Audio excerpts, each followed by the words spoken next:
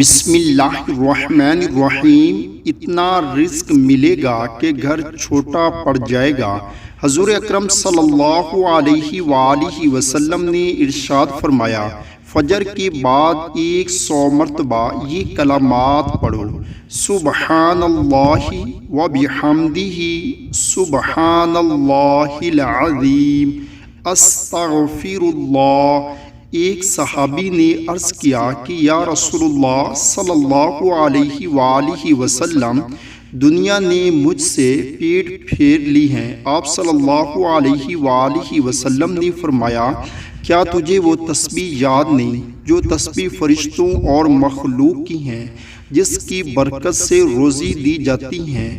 جب صبح صادق طلوع ہو تو یہ تسبیح 100 مرتبہ پڑھا کرو، سبحان اللہ و بحمدہ، سبحان اللہ العظیم، استغفر اللہ۔ دنیا تمہارے پاس ذلیل و خوار ہو کر آئے گی۔